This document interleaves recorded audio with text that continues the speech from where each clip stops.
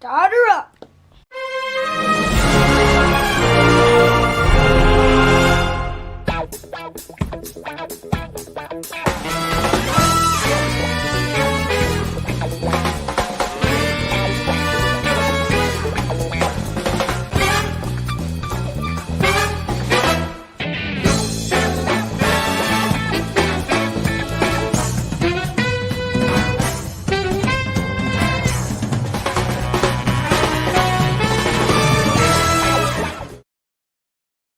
Hello, everybody. Welcome back to another Mth Trains live stream. We're talking about everything, almost, right?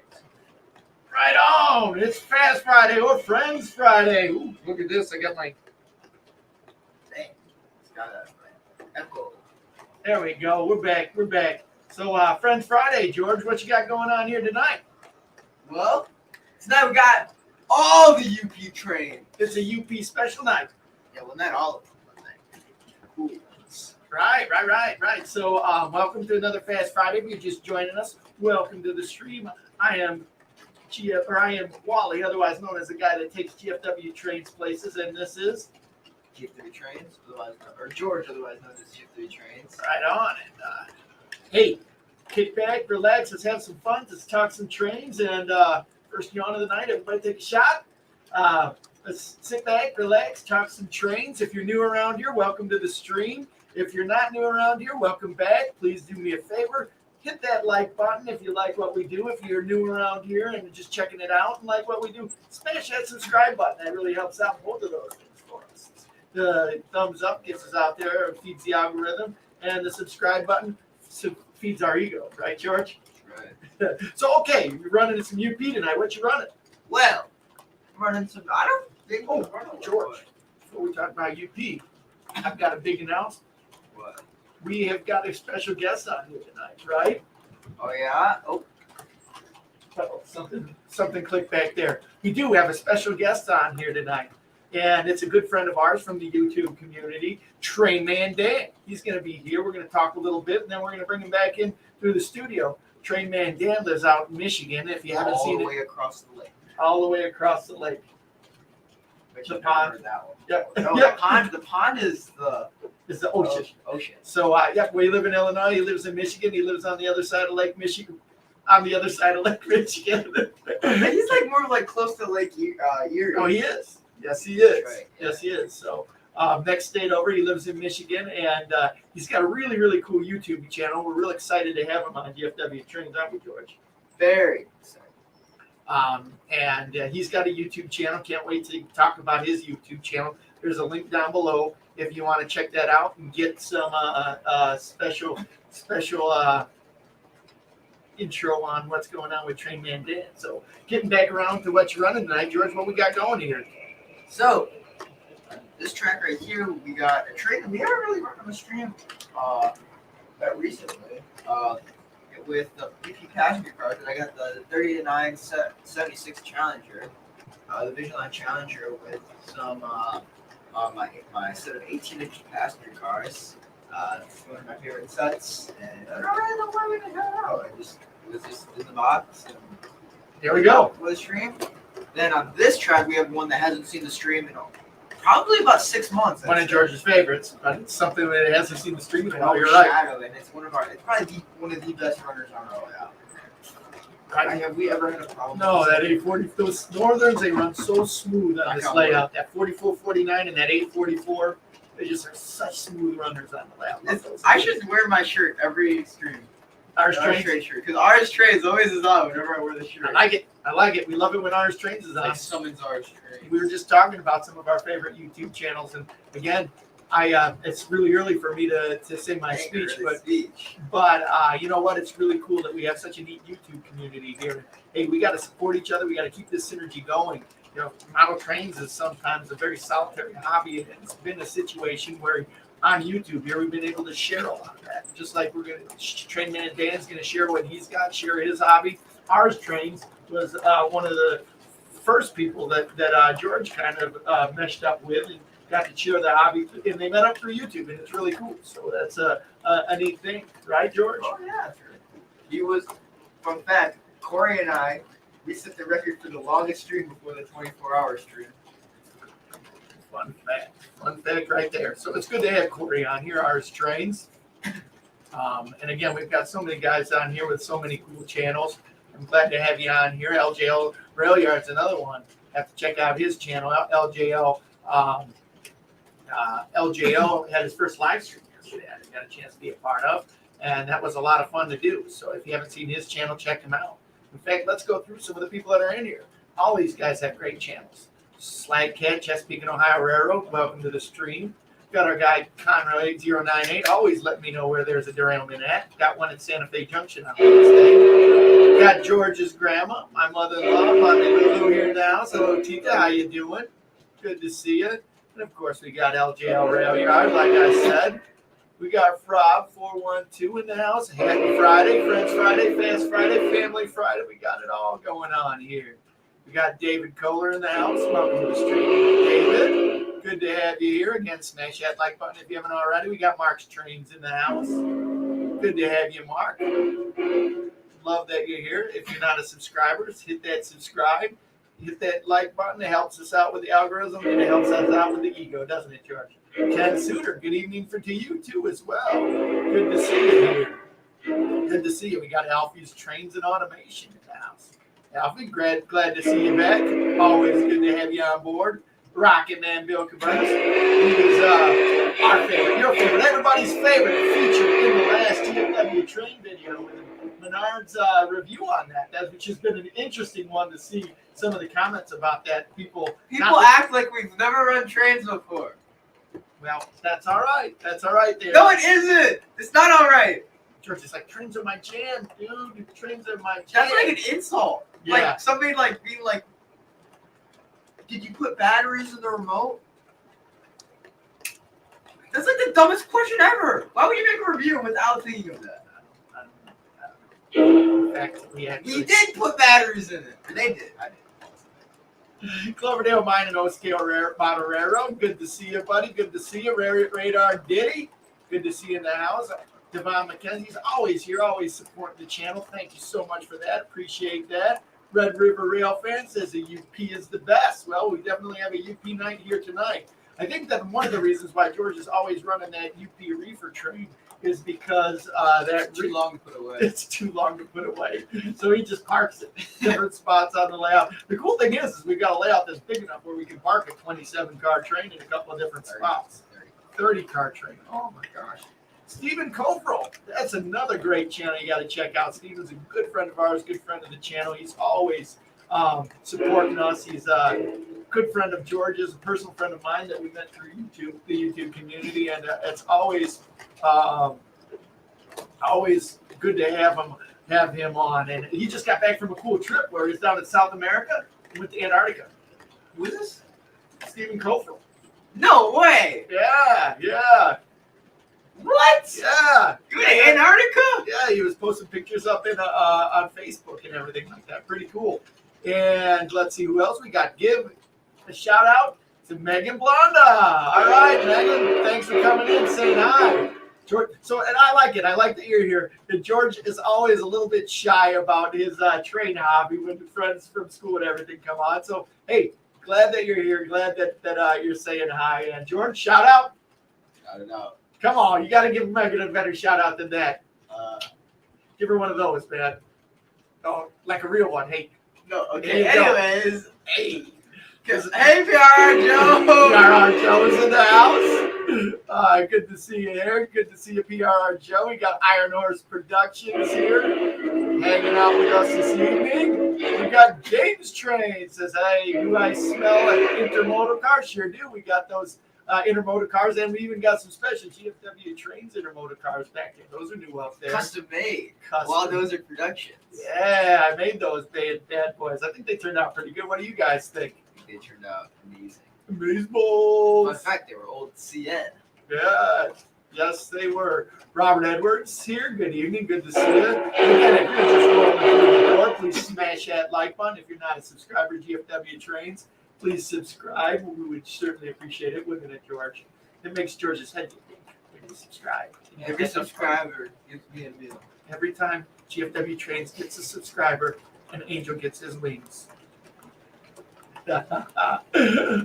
Ski Man's in the house. Good to see you, Ski Man. Good to see you. We already got ours trained, but welcome to the trains. Yes, we had lots of snow up here from in the Illinois area, probably more in other places, but we got about, I would say, about 11 inches out here where we're at, 9 to 11 inches.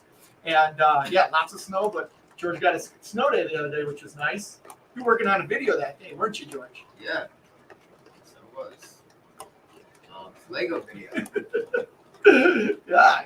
So is that coming out anytime soon, George? I'm almost done with it. I try. It's hard. It took 2 hours of filming, and I thought it was gonna be a really easy video because Lego trains is something that I had, and it was just something I've had for a long time. I don't know. It always worked when I pulled them out. When I pulled them out, like they were all corroded. I had to replace all the batteries. The stuff wasn't working, and I thought I had a lot more like shots than I did, and I took almost every possible shot, and it turned out to be like 2 minutes of video. I had like the video, like the setup stuff and all that. I mean, it's like not just like trains running, but like all the trains running was like really short. Are you kidding me? There's like 20. Had some time in there with you and your sister talking about Lego trains and Legos and everything like that. I'm sure it's going to be a great one. But anyway, keep your eyes peeled for that GFW Trains production there, huh? When do you think that's coming out, George? I don't know. 2027. Keep your eyes peeled for Lego Trains by GFW Trains. That's right. Oh, yeah. So BFGR, John Train BFGR, welcome to the stream. Who else we got here, guys? Good to see you here. Mark's Lionel Trains. Happy Friday. Happy Fast Friday. Rose Jewelrero, welcome to the stream. Good to see you here. Another great guy with a great channel, DB Tech. Again, support each other's channels, even though I mentioned some channels and then other channels. I like them all, guys. I appreciate everything that you do. Tim's Trains in the house. Let us know about what he thinks about Menards. Robert Searcy, welcome to the stream. Welcome to the stream, Rutgers Jitney. Hey, good game tomorrow night, yeah? Oh, yeah, we got Rutgers. They should kick some booty, baby. Yeah, but Rutgers got a good little basketball team there. Got a good basketball team, so it's not a slam dunk. Should be a good one. Be watching that one, won't we, George? Of course. Why wouldn't we be watching Michigan State basketball? You got it. Southern Yankee, Catnut's in the house. Train Finder Craig, haven't seen him around in a while. Good to see you, Train Finder Craig. Good to see you.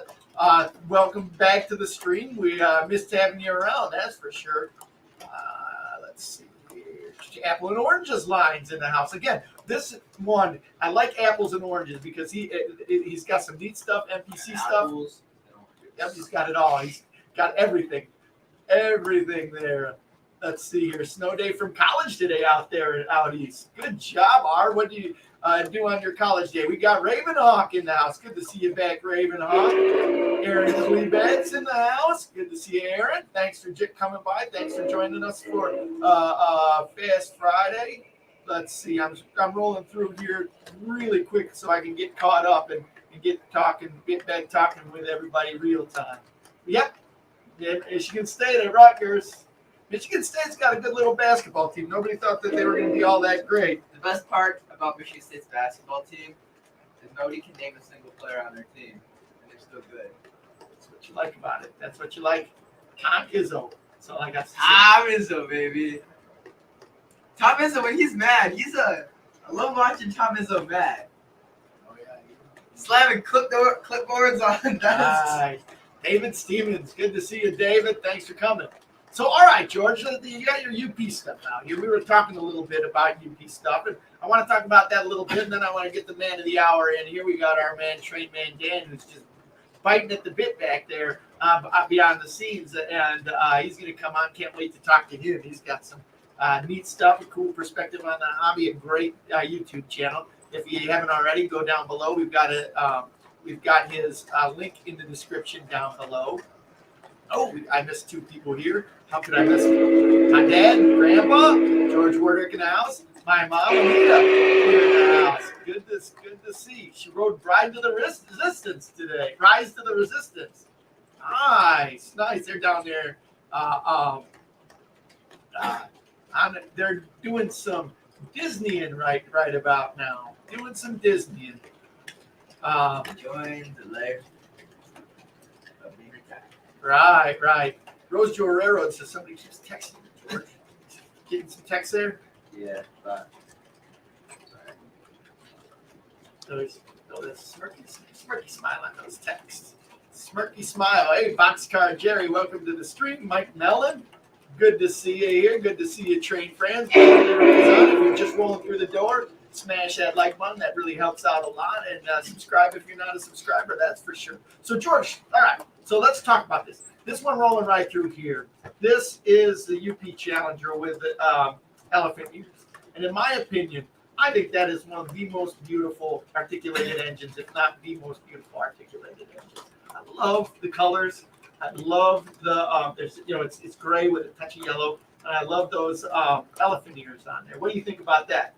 Oh man, what do you think is the coolest articulated engine, George? I like the big, simple black ones. Big, simple, and black. That sounds pretty nondescript. Well, no, I don't. I think that the Greyhound paint. I'm not a big fan of the Greyhound paint. Okay, let me ask you this: do you like painted steam engines? So, I don't know. I think some engines should be painted, others shouldn't. Okay. Articulated engines. Articulated They're engines. workhorses. They weren't meant for being pulling passenger trains. If they were pulling passenger trains, 41-4 just rolled by and said, "Hello, George." 4014, that's the one. Rolled by and says, "Can't pull passenger trains." Hello, But you never George. did. I'm sorry, I saw one last. In service. I saw one about 6 months ago. Pulling a passenger They were train. not made to pull passengers. All right, I get you. Challengers might have, but still, they're not. They were I mainly saw freight 4014 engines. pulling a passenger train. That was an excursion train. Before that, it had never pulled a passenger train in its entire career. Before 2018, whatever. Really? Yeah. Big boys never pulled passenger trains. I didn't know that. Yes. Challengers were like the only articulated engine of the era that did. Hey, Randall, welcome to the stream. So Even then, it was kind of a Challengers. rarity. Where did they pull the passenger trains at? Do you know, George? I thought you knew everything about trains. No, Not even close, huh? No. Not even close. No, it wasn't like, I guess, yeah. So I think that the engines that maybe pull passenger trains should be painted up, but if they're a freight engine, they should look like work engines. You know what I mean? All right. I think that. Well, then answer me this. Riddle me this, Batman. How come you didn't want to weather the Yellowstone that we have? We've got a really cool DMNIR Yellowstone, and I think gray, like just the color of it, I don't know.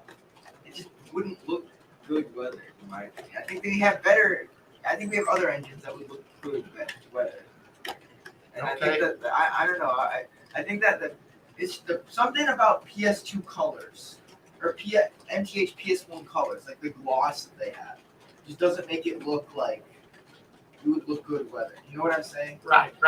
Because if you look at like the Yellowstone compared to, per se, a Lionel like Y3, there's like a look to it. And even if you look at the 765 compared to the 1225, there's just like a gloss in the PS1 style. Okay. Steam engines.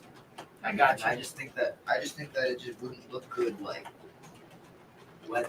So Grant was saying the Challengers did pull passenger cars, and the big boys were designed to haul freight up Sherman Hill at 60 miles an hour. Man, that's amazing, isn't it? So one of the things that I think was most amazing, this put a little burr under George's saddle, is when we went to the museum out there in Green Bay, Wisconsin, the National Transportation Museum. It was so cool. There's the National Railroad Museum. I always get those mixed up. Railways Museum and like National Railway Museum. And while we were there, they had this big boy, and they talked about its tractive effort, and it is the most massive, beautiful locomotive you've ever seen. But right next to it is my favorite locomotive. GG1. The GG1 was right next to it. And wouldn't you know, they both have the same power, the same tractive effort, and everything like that. The only thing the only thing different about them, they have the same amount of horsepower, I think, but I think the tractive effort is a lot. Or there's a huge difference because the big boy's a lot heavier, so it could pull more. That makes sense. Yeah. Hey, T4, welcome to the stream. Good to have you in the house. And while T4 is here, he's going to be somebody hopefully we'll be having on the stream in the next few weeks coming up here. But without any further ado, let's introduce our special guest that we have for tonight. So, Trainman Dan is a good YouTuber. He's got quite a good following here on YouTube. Mainly does O-gauge modeling, and we had followed his trains for a while, and followed his channel for a while. And then after we followed his channel, we were out at York, got a chance to meet him in person, and hit it off, became friends. George and he talks on a regular basis. So Trainman Dan, without any further ado, let's add him to the stream. Trainman Dan, how you doing here tonight? I am doing good. I'm doing good. Great. Well, great to have you on the stream, right, George? Oh yeah, very great. I think it's pretty cool that we probably get to have Trainman Dan on the stream. Yeah, right up top. We're giving you a virtual high five right there, Dan. So, hey, I want to welcome you onto the show. Thanks for coming and joining us and hanging out and everything like that. And Sure. I was wondering if you could fill us in a little bit. And if you could fill us in a little bit, there are a lot of people here that might not know about your channel and might not ever seen your channel. Why don't you give us a little rundown about what your channel is all about? Well, I guess I'll just put it in a nutshell. I'm just basically a guy that just really just takes videos of just running trains and enjoys the hobby. Really, that's about it for the most part. So, trains are the hobby. So tell me a little more about that. I mean, let's bite into that a little bit. So, what aspects of the hobby? Because it's not just generally about the hobby. You get into some pretty neat stuff and Right. Well, it's not just like the trains itself. I also like just like the social aspect. Sure, you can relate, Wally, as well. Like just kind of get to meeting, different people and such, and we just kind of running trains and talking trains, and you're just kind of sharing it for the most part. Cool. Dan, I'm getting a little bit of lag on my end from you for some reason. I'm not sure why. But if it's something that you can fix up real quick, cool. If not, don't worry about it. We'll roll along. So We'll see what happens. all right, cool. So all right, all right. George was making some noise and it started to get me scared. But something was going on. So all right. So tell us a little bit about what you got going on there in your basement. In terms of trains, Well, first, well, there's two aspects. Do you want to see the layout or do you want to see the collection? Before we dive into that, tell us a little bit about what you got going on there. So this is a basement in your house, right? Kind of like your man cave. Oh yeah. Pretty much. I mean, for the most part, at least the big attraction is just the layout, whereas you can see all the trains running, of course. And I mean, I guess behind the camera, there's some display areas and stuff, and we got most of our workout equipment and just like a small TV. So you can kind of imagine just like a basic, basement, but just majority of it is trains, sort of deal. Okay. So this guy, I always like train in basements that are kind of like man caves where you just go out and it looks like you hang out and have a good time. And yours looks like it's a spot where it'd be a blast to hang out. Just go down there and run trains and hang out. Now, how often do you go down there and do that? actually a good space because we have, I don't know if you can see a bar right behind there. But sometimes what will happen is if, let's say, we got like 20 or 30 people here, I'll just be running the trains, and then my dad will just be like serving up drinks or whatnot for everybody to enjoy. And Yeah. for the most part, it's a very spacious but enjoyable environment too. So Cool. Hey, we got first question coming in about what you got down there in your operation. How big's your layout? approximately 32 by 25. That's a huge layout. I'm not mistaken. So yeah. And I mean, the thing goes straight through my through the wall. So through the wall. Dang. All good layouts. Good layouts go through the wall. I agree. I wish I had the opportunity or could go through the wall here. Your mom would kill me if I did that. And I try and keep the killing to a minimum around here, but because the only other room that we can bust out into would be the guest bedroom. And Hey, I know a lot of our guests that come over like trains. George, that's George's argument. All of our guests that come over like trains pop up. They would love it to have a train in their bedroom. Exactly. Yeah, that's a big layout though. So we'll get to your layout. I want a full tour of the layout. I want a full tour of your train collection. We'll get into that. But before we do, Dan, let's talk about what you got running right now. And for the record, none of us planned this in terms of the stuff that we've got running on our layout, the stuff that Trainman Dan's got running. It was just coincidence that it happened to be the UP day. So, but tell me what you got running there. Well, one of them, as you can see, is the Lionel Legacy UPY3 that I got running on the outside. And then down further over there, I have the Lionel Legacy UPFEF in the Greyhound scheme, with the Greyhound scheme. And then running on the inside, I actually have a Western Maryland, MTH Western Maryland 44 tonner. Oh, cool. Cool. That's really cool. So yeah, I gotta just ask you, George and I don't know if you heard us talking about see Stephen like looking at the train when he's standing because so George and I were talking about the Greyhound paint scheme and I don't know if you had heard us talking about that. What do you think of that Greyhound paint scheme? I say it's beautiful. I love it.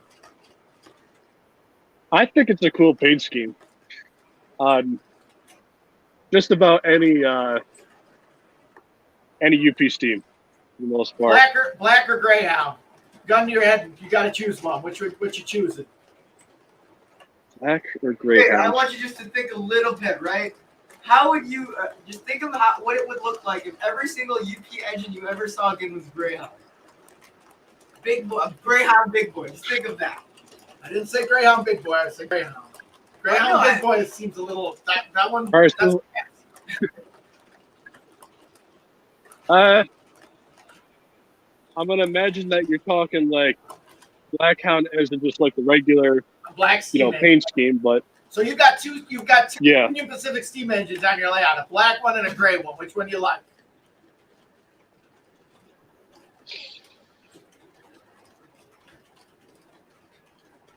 I mean, I want to say both, but both is a fine answer. That's fine. Greyhound. We'll take that. Oh, Greyhound. You a Greyhound? Yeah. I mean, I'll go Greyhound. Why not? Yeah. So hey, Rose Jewel Railroad had a question that he wanted to ask you. How long have you been doing old gauge railroading? Since I was right here. All right. So ever since I was like maybe 1 or 2. So let's unpeel that onion a little bit. Tell us about how you got into the hobby, Dan.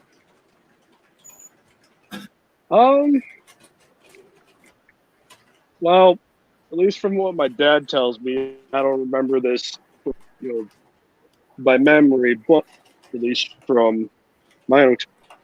The way I remember it is my dad one day, I think he had a couple discs or sets of Thomas, and he just happened to give it to me for the most part. I just started playing with it, right? And I don't know what did, but something into just trains in general, or just Thomas at that point. And then it just kind of started to hook in my dad as well, right? And so I eventually got more into trains at that time, and then it got to the point where we made like, I think it was a 4x8 small layout that had like just the regular Lionel tubular track, and just kind of kept going on from there, and here we are. It's really the basic rundown. Well, you missed a big gap there. You went from tubular track to having a 32 by 97 foot layout. Full scale. Full scale. So, I mean, fill in that gap there. First layout, what was it? Let's see. Oh, there was a little 4x8 with 2 loops of tubular track. And at the time, we had a MPC or post-4 steam engine. I think it was like a 444 or a 46 that. And then he had a set of FA Santa Fe units, I think. And so, and I'm just trying to remember. Well, so I kind of played with that. We had that for a while, and then we started to get more of the scale piece.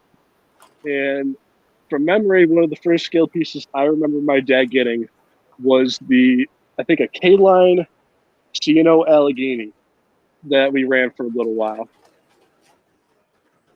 And then we started getting into more scale, obviously. Another one was the Lionel TMCC M1A. But I really love that engine. The whistle and, chuffing, it was all good. And so we eventually were like, okay, if we're going to run big, we got to make a bigger layout. And I'm like, okay. So my dad demolished the old layout, started building current layout. Now, originally, he used to go from the back wall all the way to the pool table for the longest time. And the pool table part, it was originally supposed to be portable, but it wasn't successful in that aspect, considering that it took maybe an hour or two. It took quite a while just to disassemble the whole thing and try to figure out spots to put the module. And so, let's just say my mom was like, "Can you like take that down, move it somewhere else?" And my dad's like, and so we took that down, and then we're just kind of sitting there going, how can we make and then we just thought of the idea of let's just punch a wall through the other side. And so from that point forward, we basically expanded towards the other room, with basically my dad's work room, where he just does projects, stores all his tools, stuff like that. Nice. And so after that, we did a tons later. We expanded upon there, and after that, we just kind of stuck to this setup for the most part, and at least for current goals, is expanded again towards the pool table, but more portable this time. Right.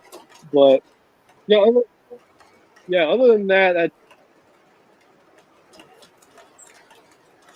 that's really about the basic idea of how I got started about it, and then the type of journey I took and to get to this point so far. So one question real quick, and then I want to transition from there. What's your favorite, freight or passenger trains?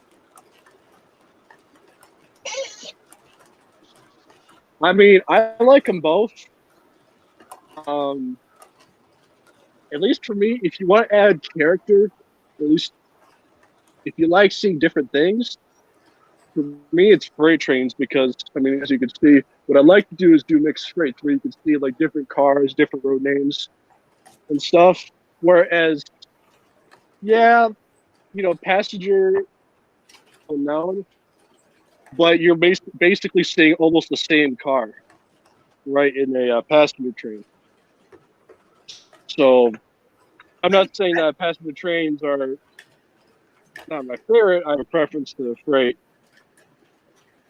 Well, you got enough So units to model the rainbow era. Why don't you just do that? Just run early shoot, why not? early Amtrak, where you just basically throw any passenger car you have in there, make it look really goofy, and then throw a Penn Central E8 with you know, what? Penn Central E8 with the Chicago Northwestern one. Oh yeah, no, I mean, I haven't put that past you. You know, I thought I've done that a couple times, but at least for me, like, because like most of my passenger cars are just they're either back in the water room or they're back in over there. So at least for me, I like to keep our stuff organized. So I just basically just go with it. I might do that in a video at some point. Just like I put like random cars in a set, you know, just kind of run it. Cool. So, switching the gears here. There's a couple of other questions that LGL Rail Art has asked a couple of times, and I haven't says I hate to ask, but do you have any British trains in your collection? I do not. However, I do have some German and French engines. All right. I don't know if that semi answers the question, but Then the other question that came up was Rose Jewel Railroad wanted me to ask, does your layout have a theme, era, place, time, etc.? well, my dad was looking more at like maybe mid 40s to sort of look, because we got like a lot of 1950s vehicles, some 50s and 60s vehicles too. So around that time, but at least how I see it, it's either 1930s or just 2017 or so that sort of thing. But like I said, my dad and me mainly based it around the 50s because most of our collection, you know, 50s, 60s era stuff like steam locomotives and early diesels. Well, that's cool. I had another question here. Ken Suter, actually, before I get to the next question, agrees with you that Dan gives a good mix. But there's, in terms of freight, but says, but there's something of beauty of a K4 pulling a string of Tuscan coaches. Ah, yes, I agree with that. Oh, for sure. Yeah, like I said, I'm not saying that passenger cars don't look good in any sort of way. It's just for me, I see like different cars in the consist, which is why I tend to lean towards freight. But there's different circumstances. Cool. Well, another one is, what's your favorite train manufacturer?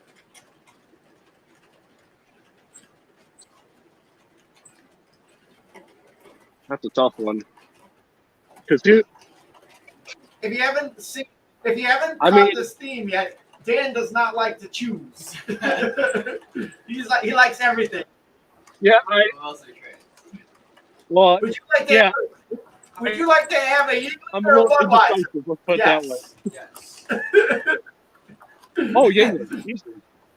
Look, you see the hat? But I figure if somebody asks you if you'd like to choose one of those two, your answer would be yes. I'll have both.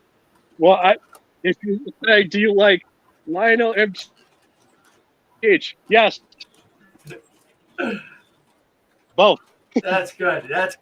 All right, so apples and oranges line asking the question, what's your first train, your last train, and your favorite train?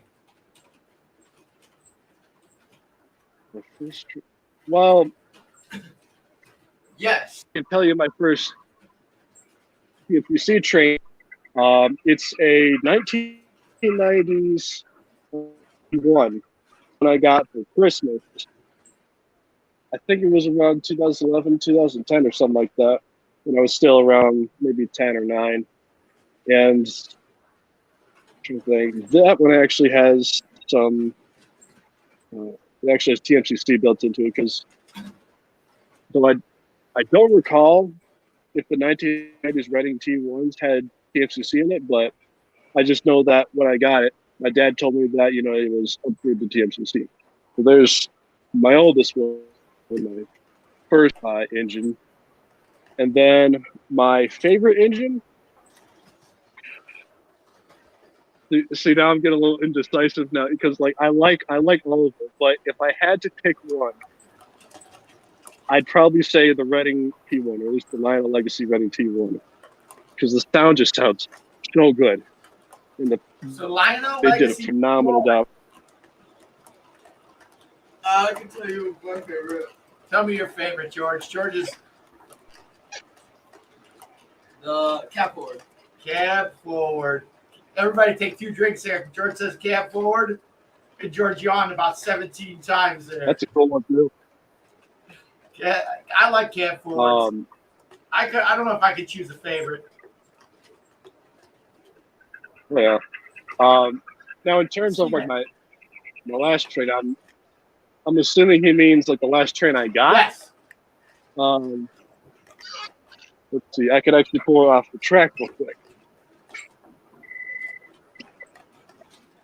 So now this one, at least for me, is a special piece, but this is the recent piece I got. It's the MTH 44 tenor PS3 of number 75. Now this particular one actually runs at the Southern Michigan Railroad, which is like a little short line that runs from Clinton to Tecumseh.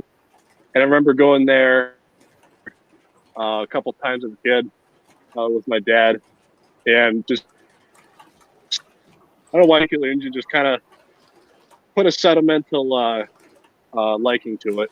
But other than that, this was my most recent purchase. That's a neat one. That's a neat one. Another question from T4 says, Dan, you have a lot of railroad signs hanging around your layout room. Are those your favorite railroads? Not exactly, but some of them. The Père Marquette we used to be really into, but we've kind of extended more into like other railroads, of course. As for like the Michigan by you, right? That's kind of it is. Well, I mean, yeah. I mean, we have 1225. We could say, oh, we have at least one. What a deal. But put this back in the track, actually. There we go. But yeah, for the most part, it's really just signs that we've collected over the years. Though I do have a couple signs behind the camera that have Great Northern and Pennsylvania signs that are actually stamped onto the cabinets I have. Nice, I'll probably show later. LGL Rail Yard's asking you to pick your poison on this one. Pennsylvania Railroad or New York Central? Oh, PR, easily. There we go, a PRR guy. Let's see here. Aaron Klebat, this is changing gears here, wants to know if original George went to Michigan University. No. OG Anita did, though. Yes, Grandma Anita went to Michigan State. Big difference between University of Michigan and Michigan State. We're Sparties around here, Spartan fans, and that's where it comes from. That's the only tension we have between Dan. Dan's a Michigan. Oh, get that away from you. Calm him down. Get him out of here. Get him out of here. There we go. We'll get you back on there now. We got some censoring going on here. Pancard RC says, glad to see those greyhounds on each layout. Yeah, I love those. Call with him from Discord. He loves his greyhounds. He was talking about it. He's like, he wants to collect them all. Yeah? Mm-hmm. Yeah. All right, so we've had a couple people that are just joining us on the stream. If you've just joined us, hey, welcome to GFW Trains, Friends Friday live stream where we talk about everything. And if you're just joining us, haven't done it already, please smash that like button. It helps out George's ego. Otherwise, he cries. And even more so, if you want to make George feel good, hit that subscribe button. If you're not a subscriber already, we'd love to have you a subscriber. Speaking of subscribers and YouTube channels, there's been a couple of people that have said that they've subscribed to your YouTube channel there in the chat. Dan, so again, let's talk about YouTube, and so you got into trains. What got you transition from trains into YouTube?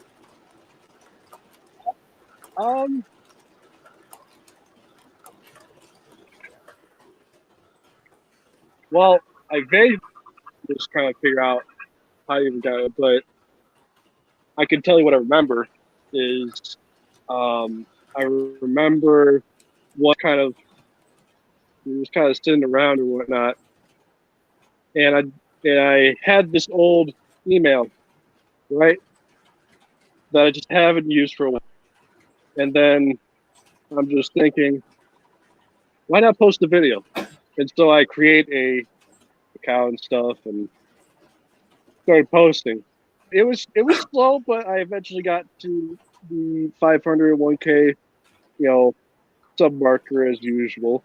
But even before that, I remember when I was at Train Fest 2011, and I would record, some video of me by or just me riding the trains because they had, I think, 65 modular layout we belong to then.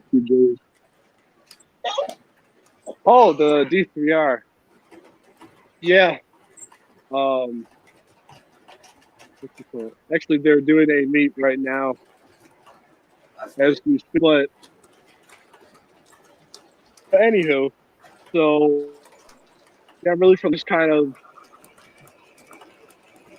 really point and click situation, I'm like, videos, and just kind of went from there.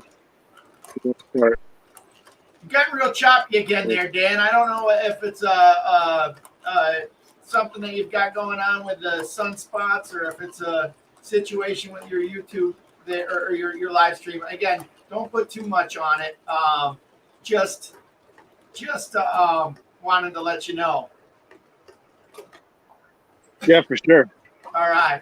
So yeah, OG George, my dad worked for Michigan State football, and OG George's wife, my mom, went to Michigan State as well as mom, dad, and brother all going there. So yeah. Good stuff. That's our connection to not only East Lansing, but also 1225 out there. We for those of you who don't know, Polar Express used to, the 1225 Berkshire used to sit right in front of Spartan Stadium at Michigan State University for years and years and years.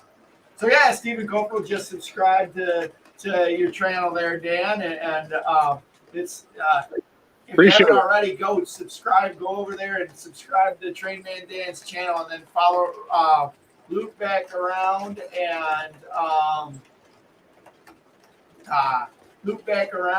and watch some of his stuff. He's got some great. What's your favorite video that you made on your channel? I would probably say the one where I basically just took like a bunch of trains and just I just mashed them together, and then I put a song called Passion Bell Cannon over it. And I timed it so well, and it was just awesome. Even though it's copyright, it's the type of project where I just sometimes watch every now and then. I'm like, what a masterpiece. I did it. Yeah. It's all the good videos are the ones with the copyrighted songs. I know, dude. It's like at least they always do well too. They always do really well, and it's just like Right. Well, I think it has a lot to do with how YouTube does their algorithm. Where if you have like a copyright notice, they'll kind of start suppressing it. But I don't know specifically how it works. I'm just kind of speculating on that. I agree with that. I agree with that too. I think that they kind of suppress it if it's got a copyright thing. Yeah. Yeah. But, And Backyard RC says that the non-copyrighted music is pretty darn bad. yeah.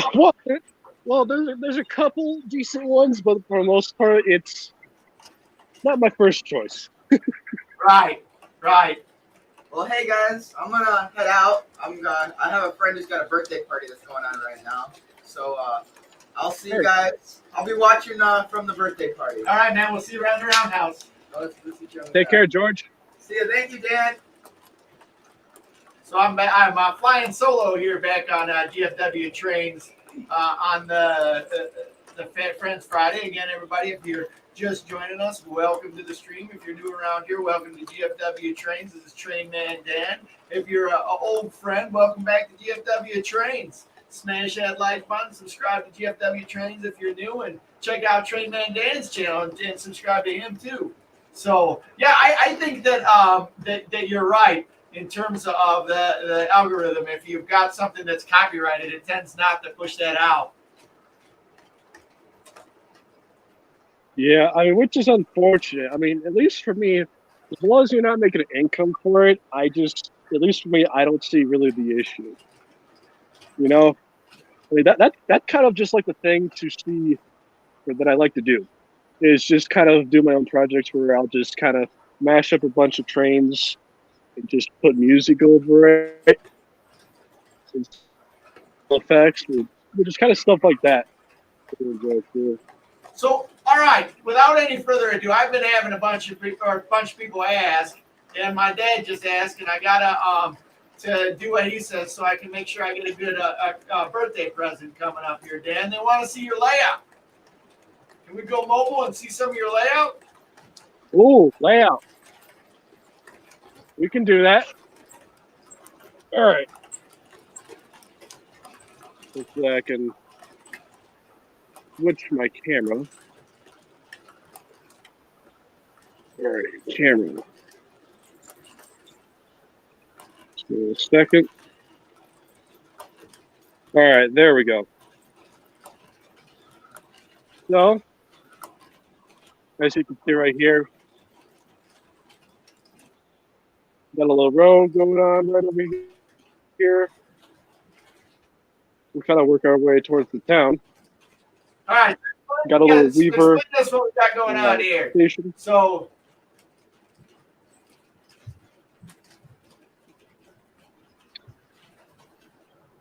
all right. Where should I start? Let's start on that corner, on the corner that's to the left of you, that we can see to the left where your bridges are.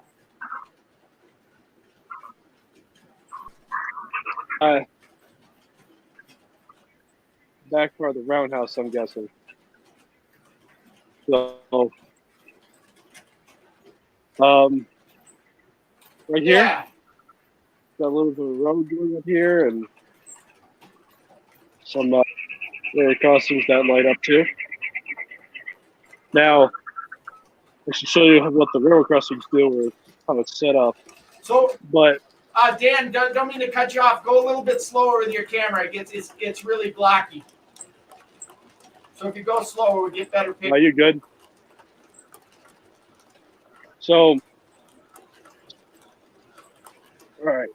I don't know if you can see, but there's some sensors down there that when this is over, lights come on.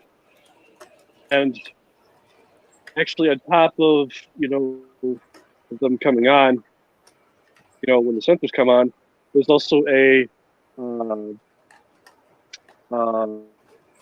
that actually goes on or comes on when the train passes. I don't have it on right now, but at least for me, when I have it, the sound on, it really adds that realism. But At least for my dad, he's like, I don't want it on because it just gets okay. But yeah, that's the railroad crossing. And if we move along down to here, we actually get some lighting over here. We got like a little wall going on over here with some trees.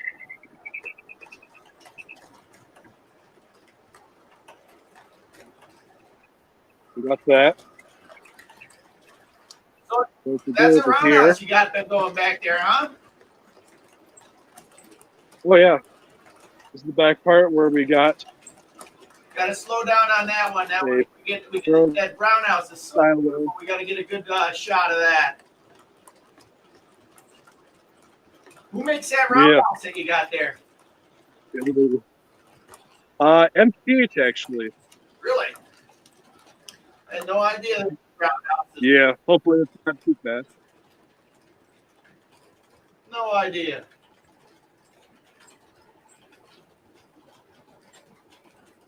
So, but also got some other engines over here. Got a couple Northerns and got a DMIR. A couple other engines. And then here's one of the main attractions is the roundhouse. Now the roundhouse in particular, at least like the structure, was actually built by a friend of mine that took on the task, and he built and painted the whole thing. Give you guys a closer look real quick.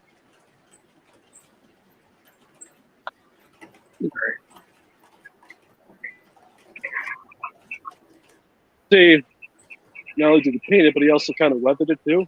Oh, wow. You can see some of the marks or cinder marks over here too. Did he scratch build that? Yeah, we also did. Well, it came as a kit, but probably really just like glued it together. Basically glued in all the parts, and one other too is the top parts, because they're plastic, I believe.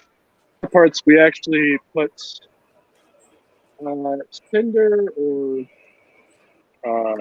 coal on top of this to give it like a more realistic look. Looks wonderful. And then over here, got the engine houses, of course. We also got some. I think it's I don't know what type of green it is, but got some green, roundhouse doors for the engines. The figures next to the engine.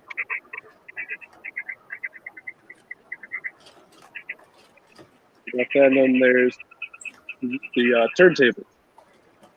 I'm going to do a full rotation just to kind of show you. How big this is made by. What's that? No, go ahead. I'm sorry. This particular roundhouse was built by Millhouse. Actually, roundhouse. This particular is a 32-inch. It just hits the big board, just barely. Oh wow! Yeah, I might pull it out later, but the big boy looks like it's in the roundhouse there too. Yeah, it's hiding there.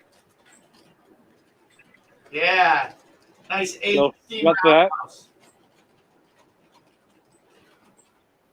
And then I have a Altoona smokestack here. I think this one is made by Altoona Model Works. I can't remember name in particular, but they also make like surrounds and other types of structures, including the smokestack. Back here, I have a Weaver water tower. It's all black.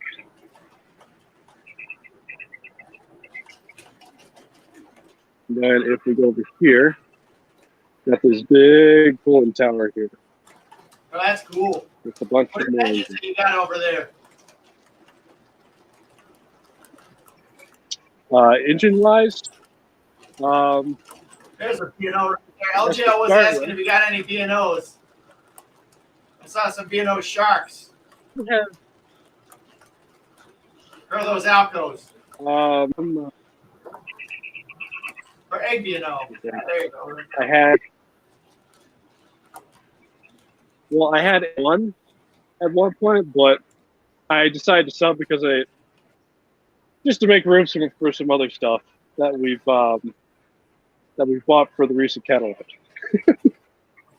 But got some Pensi Sharks here too. And there's a sand tower we have over here too. Very neat. We also got this water tower.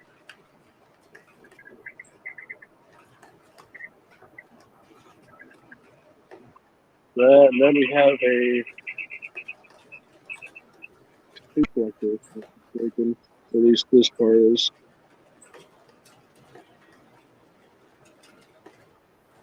So, and I'm sure you can see the big mountain over there. That's all made from foam and plaster and plaster rock for the most part. And I don't know if you could see, but the tunnel portals, we actually put some smoke mark on the in the portal, so that it kind of gives the impression that if steam locomotives just going into the tunnel and stuff. So we also extended the height because some of the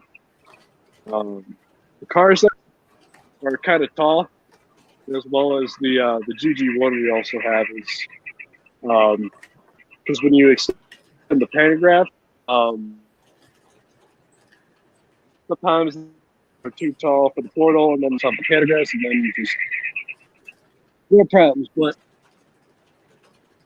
yeah, we basically just extended that portal so we can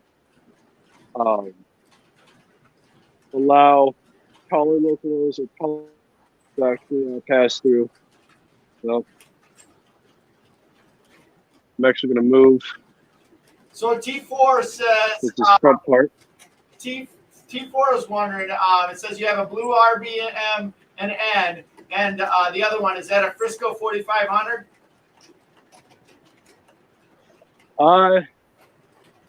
Yes, it is. So the 462 425. That's the Lionel one. I think we're supposed to be getting the MTH one because we have that one on pre-order. And for some reason they haven't came in, so I'm not sure what's going on with that. But we also have the 4500 class Northern back there.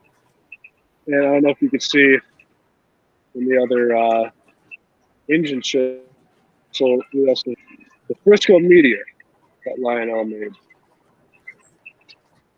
I'll try to get a closer look. There's that.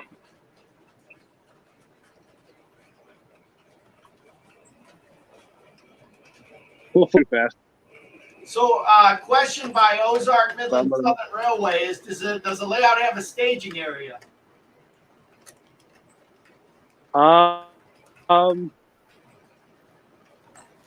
Not really. The only other staging area that's kind of close to it, that's over in the other room. There's a little passenger siding that we have here. Though it's mainly just used for just storing, contests and stuff. But I can see it, but we also have the, what's that? Where did you get the bricks for that tunnel, that brickwork? That's really neat.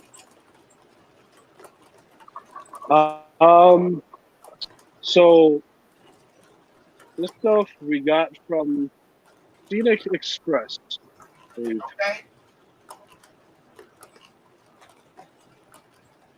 But might as well show you this part since we're here.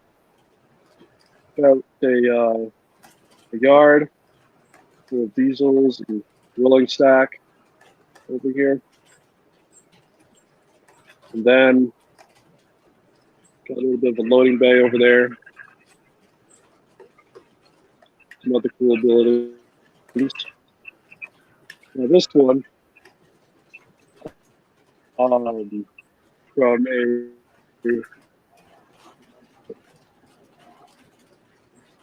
one of the guys that my dad happened to have, his dad happened to have like a Machiavelli collection. It was an old skin. He happened to have a golden that he was done because his dad unfortunately passed away. But he also had like cars, buildings, and I think he had some building stuff too. And this happened to be one of the items that we got with the beer sign, and if I'm not mistaken, I think scratch built too. There you go, beer and trains right there. Robert Edwards wants to know how many trains can you run at one time on your layout?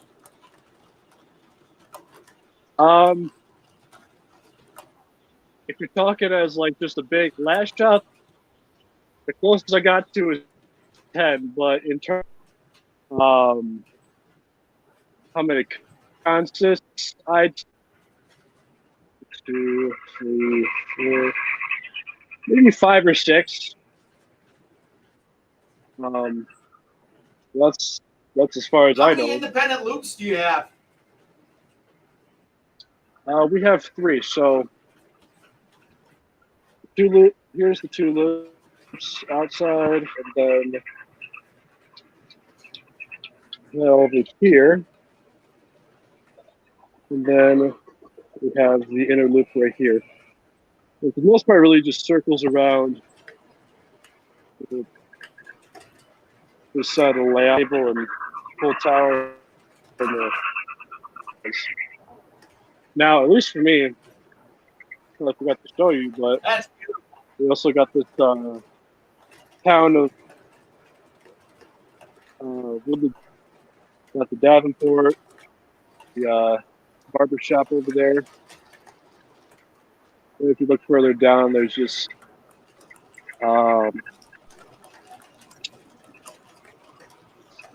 more buildings. Back over there is a little theater too. But as you can see, it's really nice view. That's beautiful. That's really cool. Look at that. But one more thing. So let me head back to the other place. Hopefully my camera is not glitching, but It's not working the best, but we get the gist of what's going on. There's a lot of cool scenery out there. So this particular structure is all custom made. Me and my dad built. Just 2 MTH bridges. One is a double, and the other. We basically took some of the parts and basically combined them, and the whole thing to black. And we put like some girders under here too. And for the base, we ballasted the inside part, of course, but for the rest of it, we actually put, I think it's not balsa wood, but it's a different type of like light wood.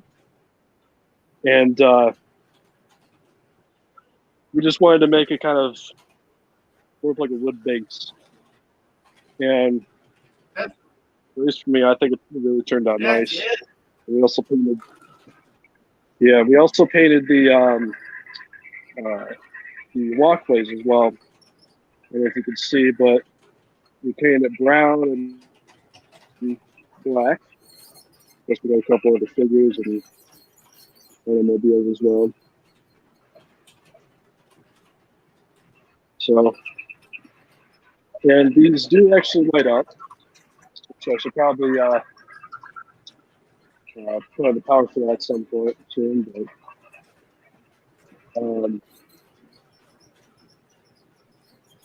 moving to the police station. And then we got some city buildings in the background. And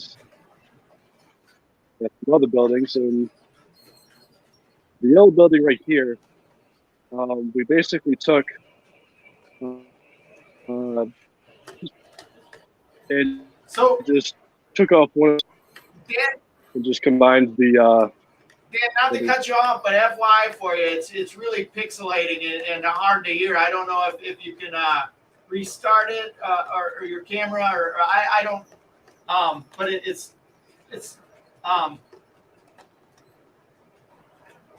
yeah. Let's see this. Give me a moment.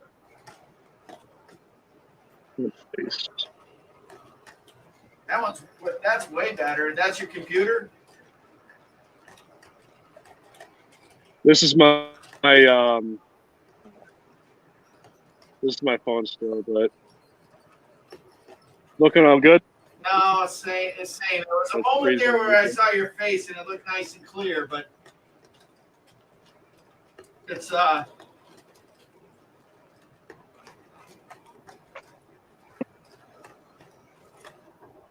seems to be doing the trick. Everything looking all good? a little bit better as long as you move slow. All right. I'll try to move as slow as I can, but anyhow. So, the police station, and then that building right over there is basically just two MTH buildings, just put together. We basically just cut off one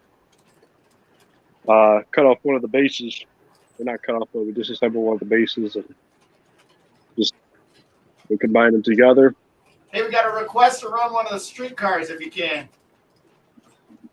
I can do that.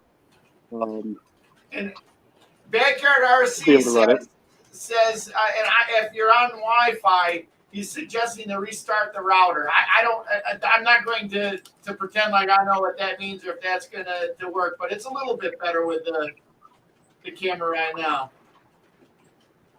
Right. No, I got you. I mean, problem is that just to like restart it would be like what, 5 or 10 minutes on the stream, I guess. So we'll keep rolling. It's a little bit better. Yeah.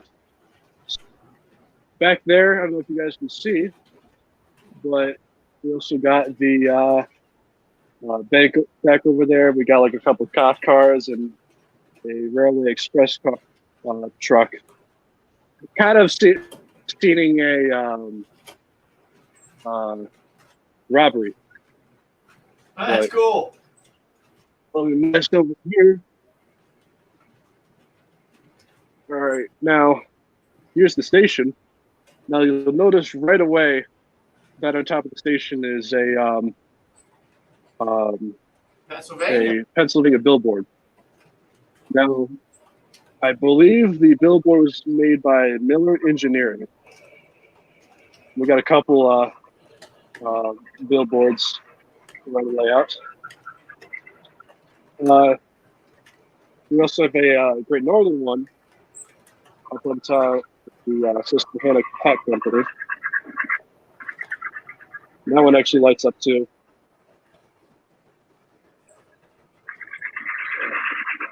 Camera looking all good? Yeah, as long as you move slowly. It's not the best, but it's better. All right. So What kind of track you using? it's all Atlas O track. The only track that isn't Atlas is a crossover between the roundhouse and one of the loops.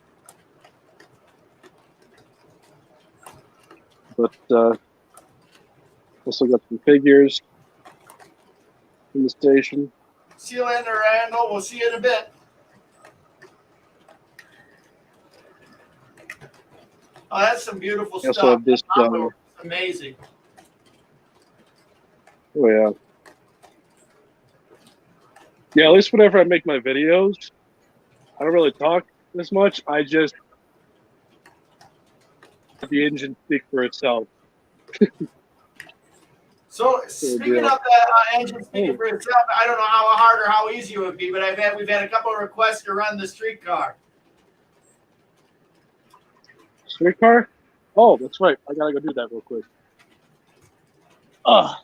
Don't mind if I do, but I will. I'm gonna put this back on the stand real quick so I can get it going.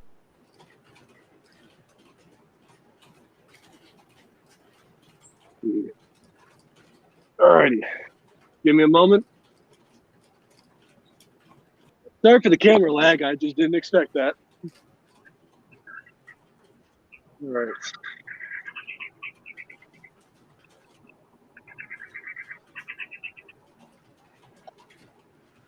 Second. Okay, right there we go. I just got to find the just for it. Yeah, I can probably find it. Let's see. I think I have it in this one. Yeah, I admit.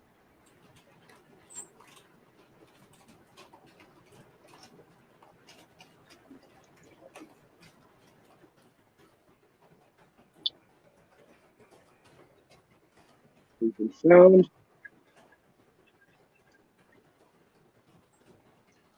There we go. I think I got it working.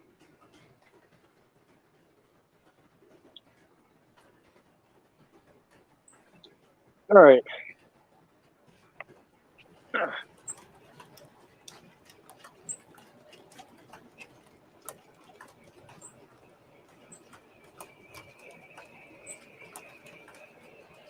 Okay.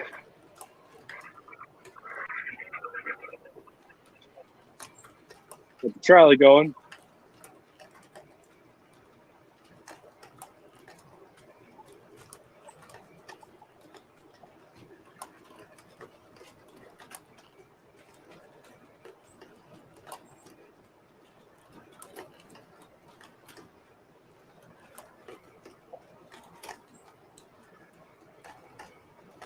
Oh, there's a beautiful shot. That's really cool. Oh yeah.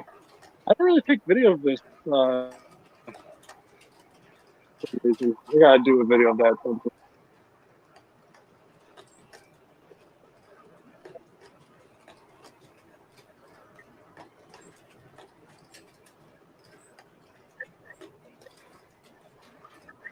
Right.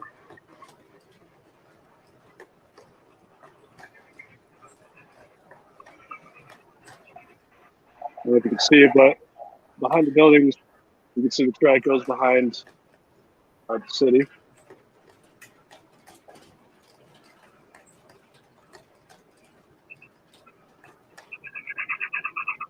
So, but yeah, that trolley Kind of adds a nice touch to the city scene there.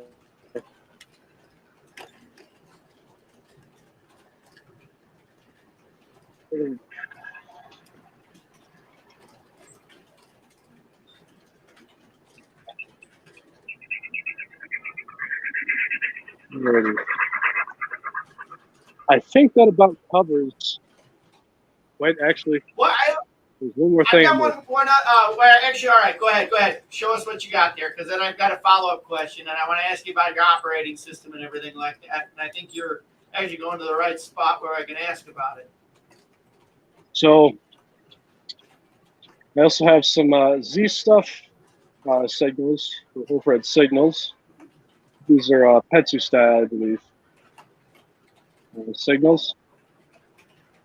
I got some similar ones over on the other end. I also have a Heinz factory.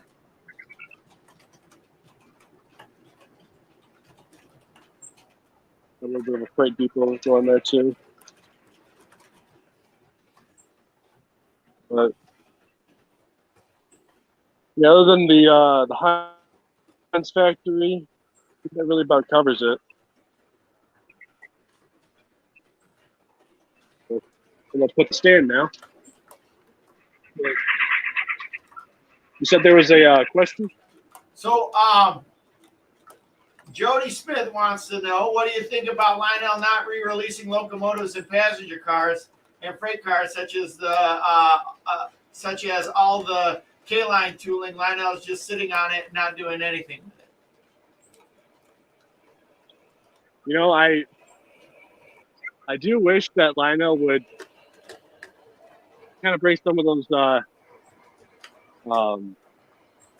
some sets or like some cars that they haven't brought out, at least from like tooling they acquired.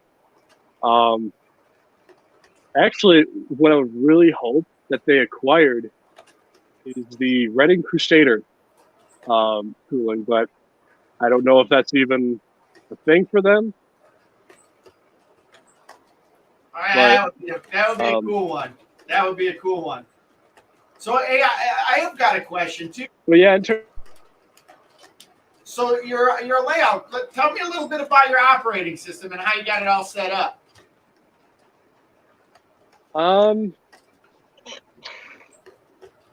Actually, I can show you.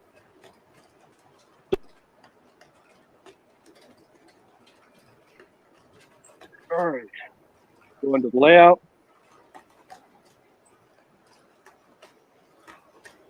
As you can see, we have a VWL and this particular transformer is the power on the signals and some of the buildings. Okay. K-line and all the wiring back there too. That's right. And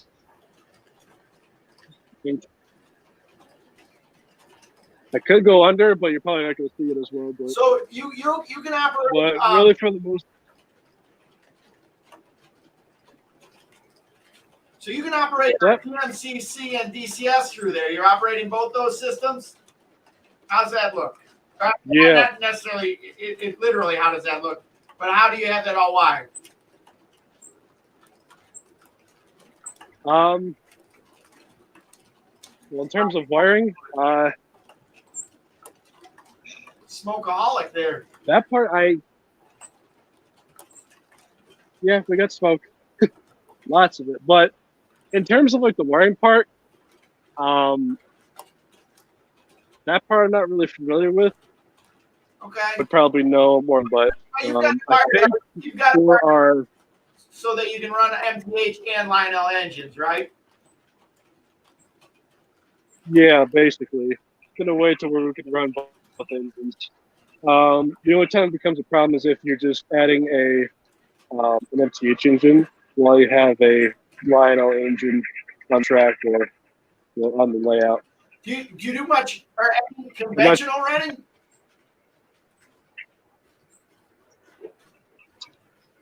I'm sorry? I said, do you run your trains at all in conventional, or is it all command operation that you do?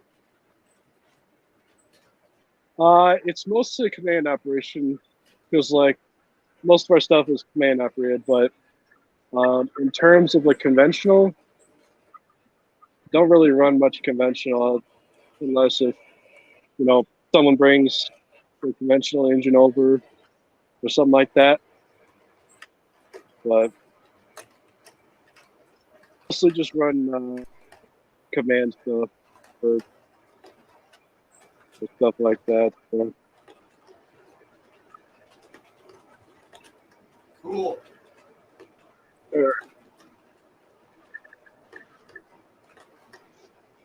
Alrighty, I'm gonna put this back on the stand.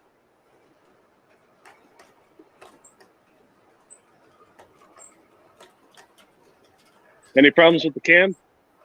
It's not the best, but when you're sitting there like that, it's pretty good. And without moving the camera in like that, so one of the coolest things I like about your train room there is how you have it decorated with all of the different trains that you have.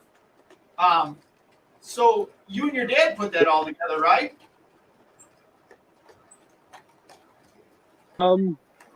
Yeah, I mean, you just talking play cases or just like as a whole? The display cases. Oh yeah, so that display case back over there was actually all built all by my dad. And I don't remember the exact dimensions, but it's enough to basically hold 4 tracks worth of and it's set up in a way to where got like a step design where you got the first track here and then second track, third track, and design where it just kind of it steps for the most part. And yeah, that cabinet was built. Yeah, I was definitely a young back then, but I want to say it was been 07, 08, something like that. But yeah, those look real nice. I like the way that you display your trains there. That's one of the neatest parts about that. So, favorite railroad? Somebody had piped up about that. It's a Great Northern, huh?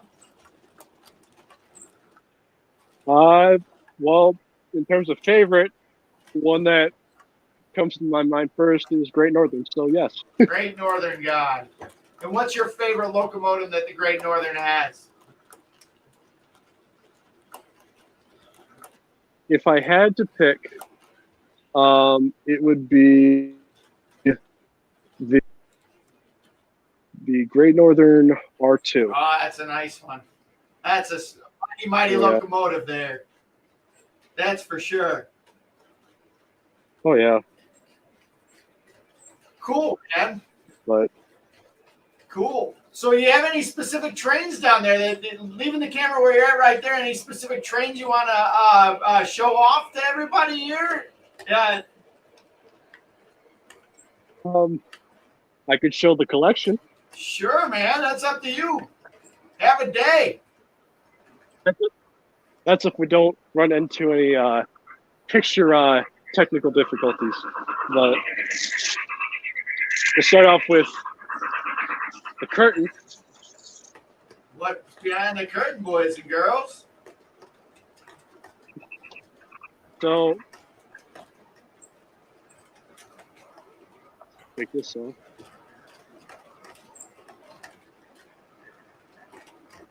Alrighty.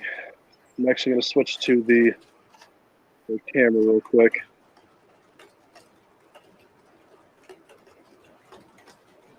Good.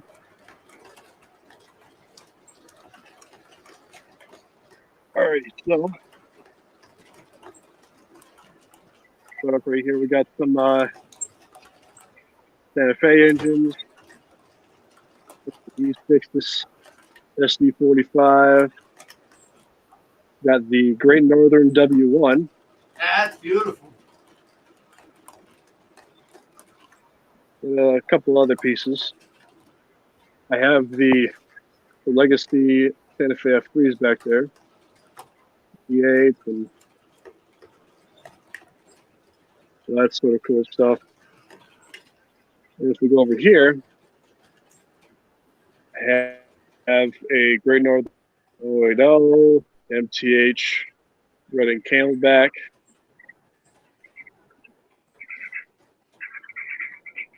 Let me actually slide the glass real quick. Those Santa Fe's on the bottom. Who makes all of those? The Santa Fe diesels. Lionel. Those are all Lionel, huh? Yeah, most of the. Yeah. I think the only. Oh. The only one in the case that's not Lionel is this one. This is a MTH Santa Fe SD45.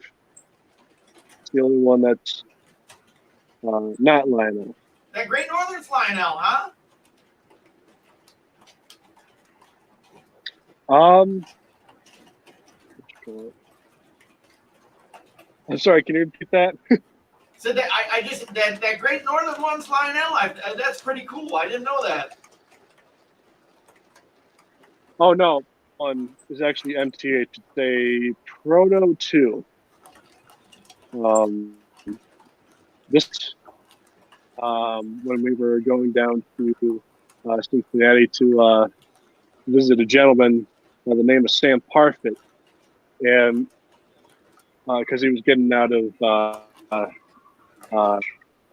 because he's mainly like a HO guy, and when we were there, he happened to have not only this engine, W1 and MTH, we also had the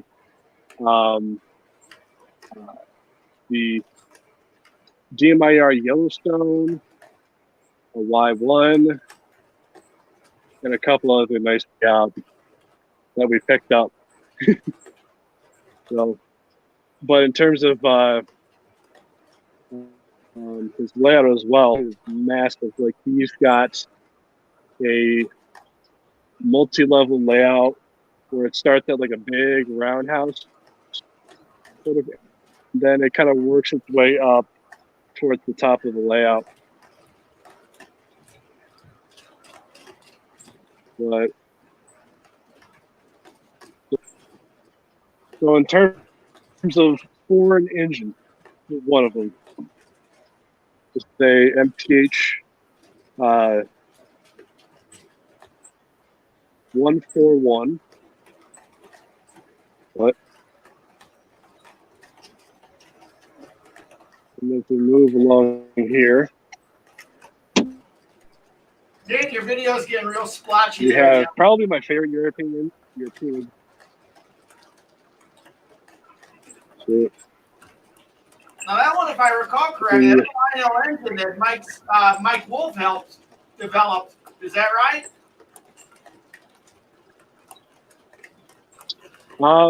this one is purely MTH. Okay. The PS3. I can't remember what year it was made, but I want to say 2017 or 2018 they released it.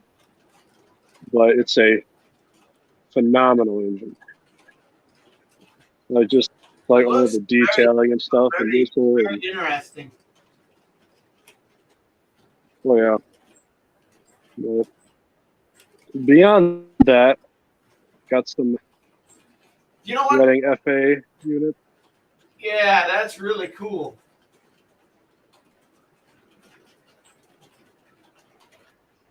I've never seen those steam locos, but all right. And if we move on to the left, I'm not sure if we probably. Well, all right, yeah, let's get this shelf in. But the video is really kind of splotchy, so where you were sitting, it worked really well. So yeah, I think we'll just stick with that for the time being. Not sure why that happens, but I'll probably do a video of the collection at some point. Or if you wanted to restart your router now and see if that helps out any, I can do a little soft shoe here until you come back on. Yeah, for sure. I'll give it a shot. See what happens. All right, sounds good. I will be right back. All right, folks. Well, that was really fun to go check out Dan's basement and his layout. Hopefully, you come back and have a little bit picture. We can see his collection because let me tell you, it's a really cool one. Thanks everybody for sticking around and hanging out, talking trains this evening. It's George was here. If you're just joining us, and had some friends. They had a friend that had a birthday party tonight, so he went out there to hang out with his buddy. Vincent Van Pappelgam, good to see you back here from the VA hospital. Oh, I hope that you're not in the hospital in Loma Linda. I hope, like I said, I hope you're not in the hospital. I hope that you're just there to visit or something like that. But great to have you on the stream here. Thanks for joining us this Fast Friday. Everybody just hanging out, kicking back, relaxed, talking trains. Trainman Dan, it's a pleasure to have on the stream. He's got an amazing layout. Some of those things I look at his layout, and it just makes me I think about my layout here and the time that I've spent doing what I've got. And my modeling here is just so basic compared to the stuff that he's got on his.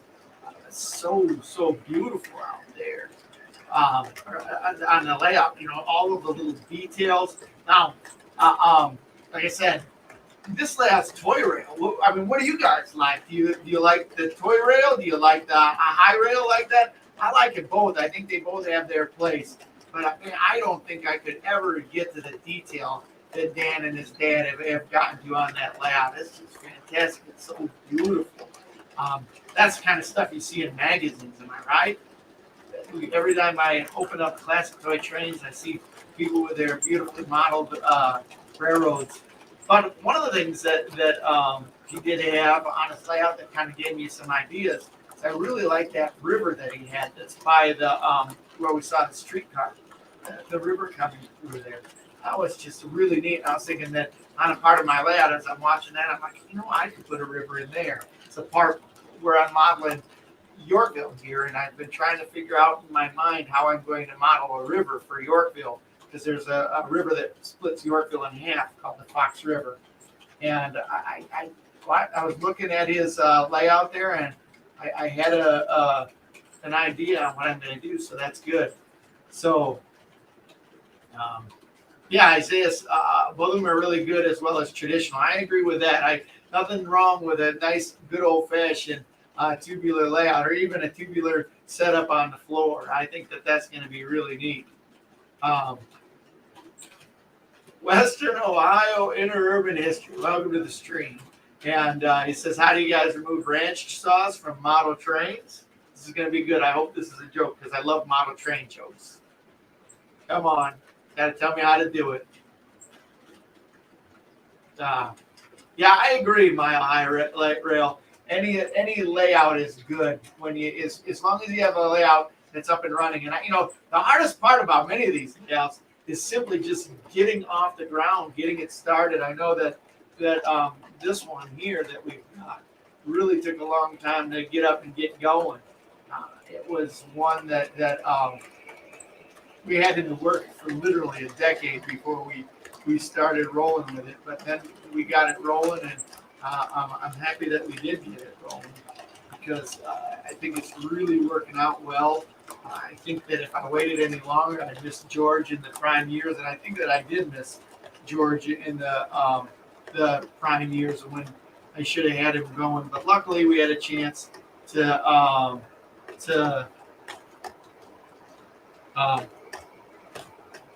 get him going over at Grandpa's house and everything like that. And obviously, George loves trains. Oh my gosh, you gotta say it ain't so. It wasn't a joke. His poured ranch sauce in the place where the smoke food goes.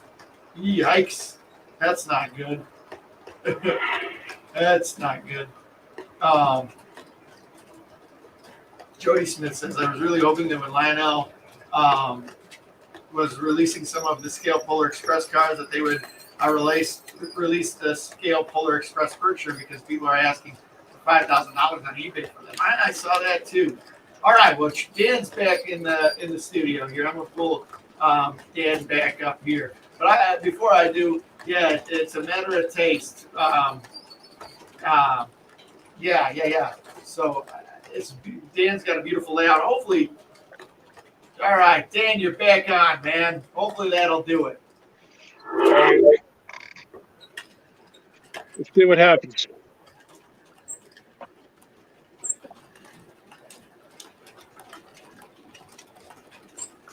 Any lag? This one seems a little bit better right now. Yep. We'll see what happens, I guess. But so, as you can see right here, this is where most of our New York Central stuff is. We got the Mohawk, the Dreyfus, the Empire States, J1A Hudson, and Niagara, and then at the very bottom, that's the Lionel Legacy Allegheny. Ah, that's beautiful. And if you remember when I said my first TMCC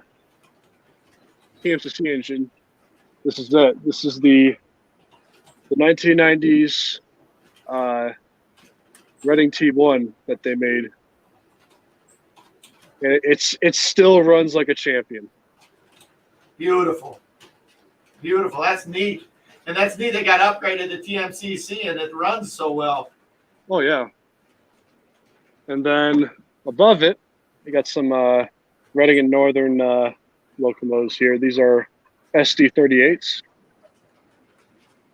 For some reason, these particular ones you don't see too often, at least for the Lionel ones. Yeah, I've never seen that particular version. Yeah. So, yeah, just let me know if something's going on. So far, so good. What? Much better before that triplex. I almost got that one on eBay. There was one up on eBay this weekend. George and I have always gone back and forth on whether we wanted a triplex or not. And I didn't pull the trigger on it. You need one. Nothing else. People are always talking about it. Yeah, I mean, here's the thing. Even if Lionel made one, I probably wouldn't get it because it's just, at least in my opinion, I don't think they could execute as good of detail as what MTH did. I mean, obviously, I'm not saying that Lionel's detail in general is bad, but I'm just saying I just don't think they'd be able to execute the amount of detail they would have compared to, MTH.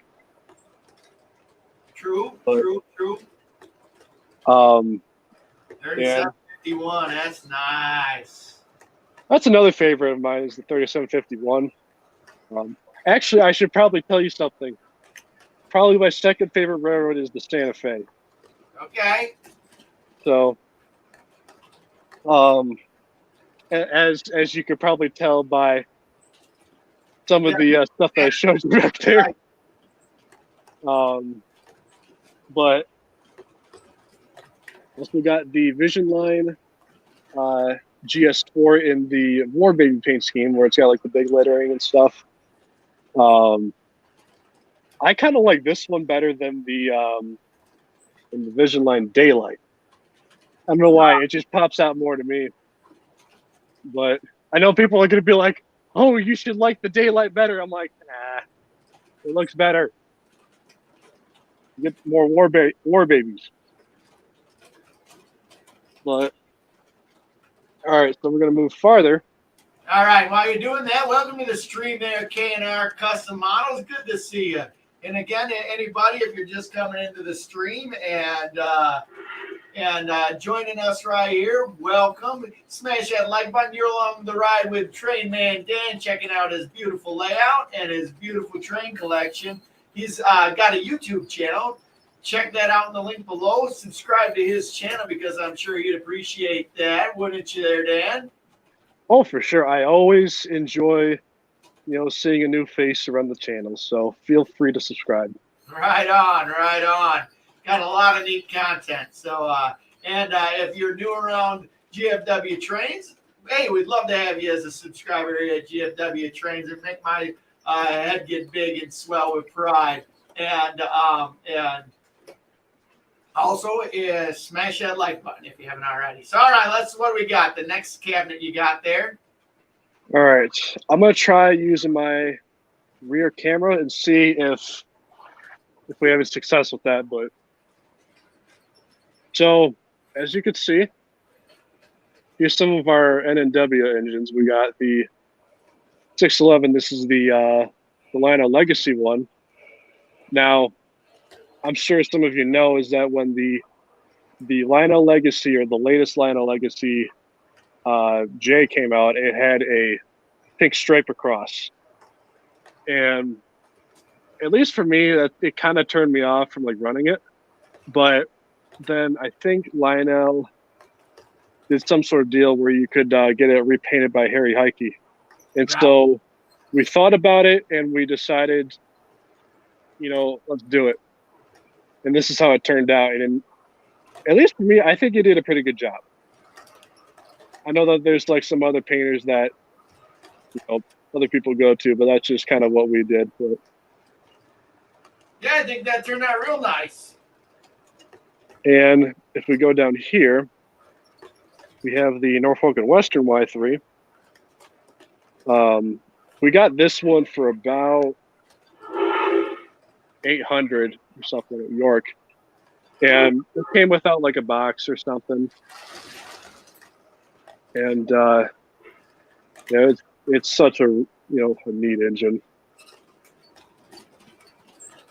And if we go lower, we have the two Y6Bs. Now, these, in my opinion, have probably one of the best sounds on any Lionel engine. Really? Yeah, like they've got it's got an NW hooter. Chups sound really nice, and I don't know if you can see, but just take a look at that detail. Yeah. Is that the JLC one? No, that's not JLC one. Is it? The JLC one's 2100, isn't it? No, that's the Lionel Legacy one. They made that a couple years back. But yeah, we have two of those, and I actually have a video of these two engines pulling like a coal drag. Oh, really? That's cool. Now here's where the good stuff comes in. Your Great Northern fetish. This is probably one of the more recent purchases in terms of Great Northern. This is third rail M2. It's a 2680 engine, though I think it is considered a melee, but it's got a very unique look to it. I still have to put a video of it up at some point, but what I plan to do is it has ERR, and at least for me, I'm not really a big fan of ERR just because like the way you have to really set it up. And not to mention, in order to operate it, I think you have to use, I think cab 1 mode in the Legacy remote. And so it's because in cab 1, it only shows like, the numbers instead of like the icons, Right. And so because of that, at some point, what I want to do is upgrade it to Proto Sound, because the sound on this, for some reason, has a big boy whistle. Oh, yeah. I like to put a big boy whistle on everything. Yeah, but there's a whistle that MTH has that sounds just like a Great Northern 5 check. Well, it would be this particular one.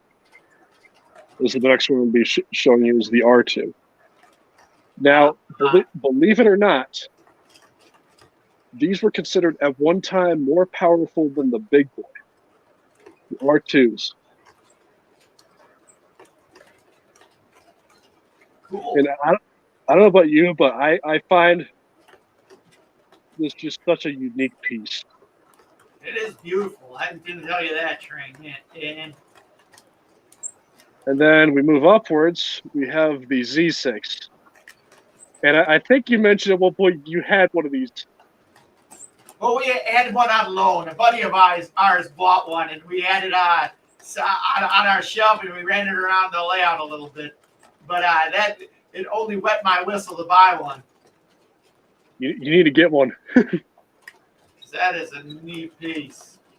Now, here's the thing. This is my very first Great Northern engine I ever bought. It's the Mth Great Northern S2. Another beautiful piece.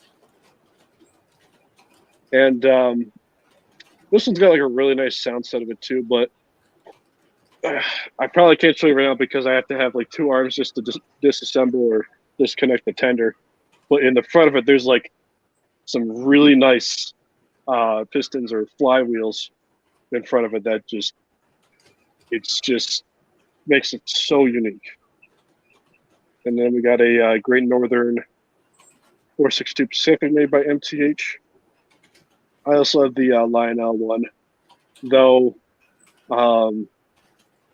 we had to send it to Lionel due to one of the number boards coming off. So we're hoping to get that back at some point.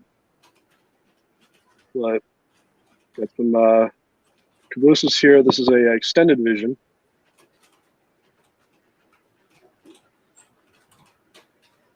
And I think we have two of them, actually. One of them is on the bar. Now, if we go over here, this is where I have two of my Picados. So this one was originally a PS2. But when we purchased it, we actually had it upgraded to a PS3. And this was around the time where I found out about a software called ADPCM, which basically allows you to modify the sound files for each individual sound file, like the whistle, the bell, the chuff, like you name it. And so what I did with this particular one is I put a custom whistle and bell in it, and it just sounds so nice. Oh, and wow. at least in my opinion, that's what kind of makes Mth more superior in terms of their sound, because you can completely customize it with, you know, the ADPC. I think it's called ADPCM software. But in terms of Lionel, it's a little more difficult because the only way you could really change it, like the sounds, is if you have to basically re-modify all the boards inside the engine, which I just, at that point, it's not really worth it, I don't think. But speaking of Lionel, here is the Great Northern Heavy Mikado. Nice. And actually, I forgot I can light these up. There we go. You can see it in all its glory. So cool. But got that turned off, and I should probably show you real quick to everybody just joining us on the stream. We're over at Trainman Dan's house, checking out his collection and his layout. And I'm glad to have you on the stream. And if you're just if you're so inclined, please smash that like button. Go over there and check out the link below to Trainman Dan's YouTube channel as well. He's got a great channel with some neat content. Subscribe to his channel, and as soon as we're done with the live stream, you can loop back around there and check out his content. So, Dan, the layout, your camera is a lot better. And if I could request real quick, not a detailed go over as you went over your layout, but if you can kind of go through it and just a quick overview of the layout again, just so some of the people that, or so some of the spots where we just had some bad camera visuals, we can see that in its whole glory right now. For sure. I think one of the problems was this part where we had problems. It was just laggy, but alrighty. So as you can see, we got the back part or the other side of the roundhouse. We got this Pensy shed over here, and inside of it, if I can. That's cool. That's cool. Let's get an overview shot of that roundhouse. Oh, that's nice. Alrighty. There's the roundhouse itself, and the turntable. Ah, so good. So nice. You know what I should do is put on the Z6 or the R2 at some point once I get done with some of these other things. There's the rock wall there, trees. That's Woodland Scenics, you say, huh?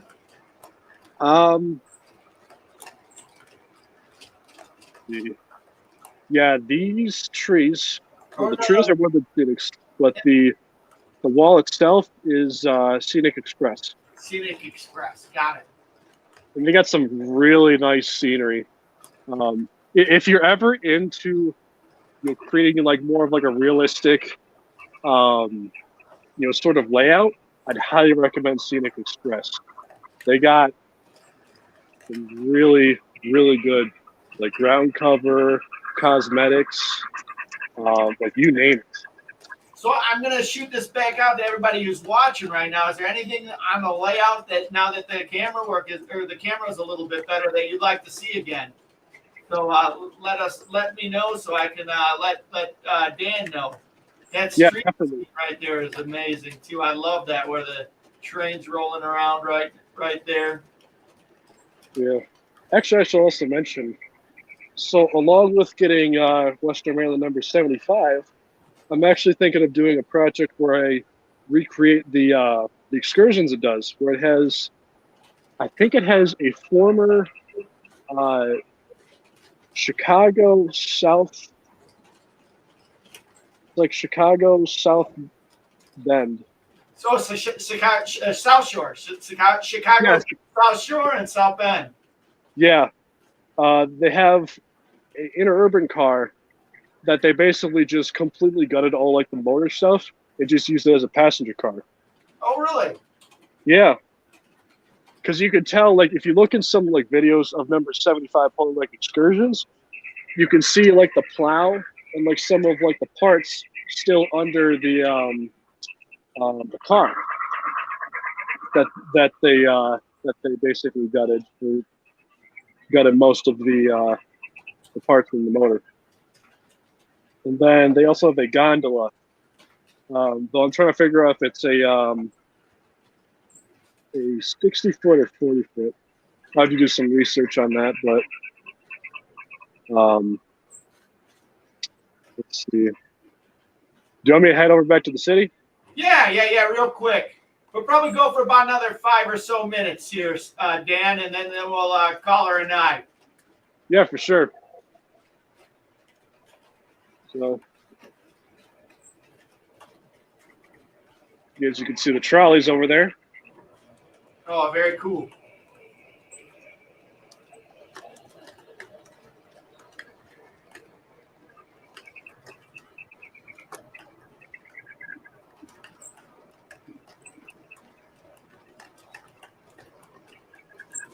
Yeah, I agree. Ozark, Midland, Southern. It is so beautiful. All of the neat cranes and all of the neat detail. Everywhere you look, there's something that pops to the eye. I love that bar right there. That's neat. Yeah. You said that was scratch built too, huh? Yeah. Yeah, the guy that had these buildings, he stretch built almost all of the buildings, including this one. Now, I think one of my favorite scenes on here is the Heinz factory. That is a cool one.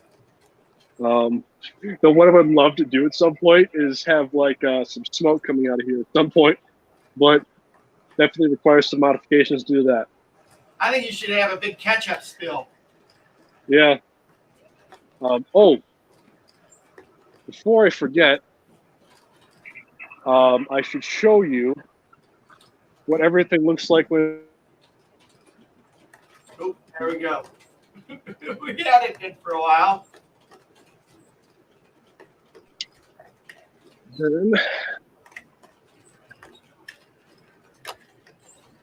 All right.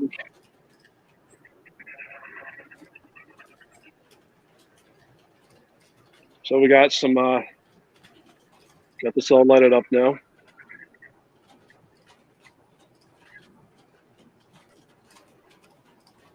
We also got this part up, lighted up too. Now this particular switch tower is made by Weaver, and I don't think they had any pre-built lighting in it, so we decided to put some custom lighting inside of this one too. And it turned out really nice.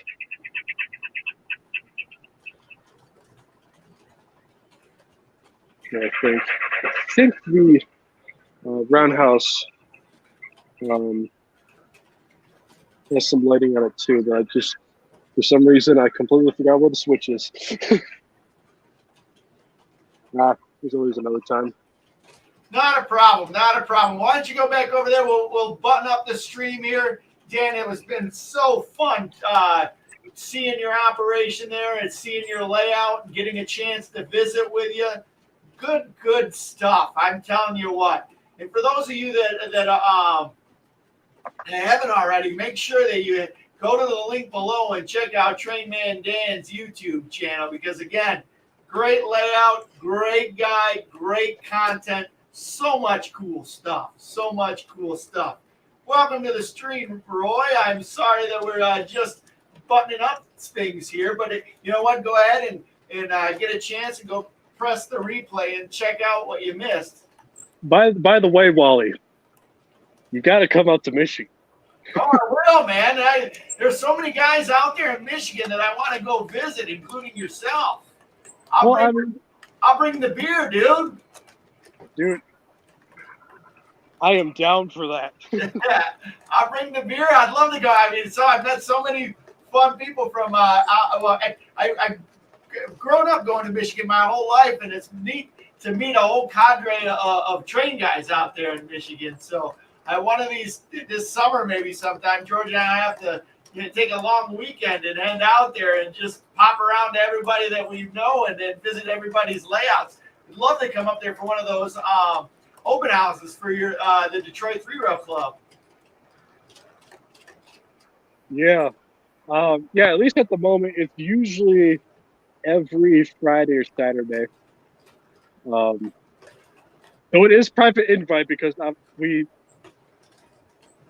typically don't want just like strangers coming in. Oh man, I'm gonna find a big group of cars, and it's gonna be either a house party or the Detroit 3-Railers, and either way, I'm gonna have a good time. Oh yeah.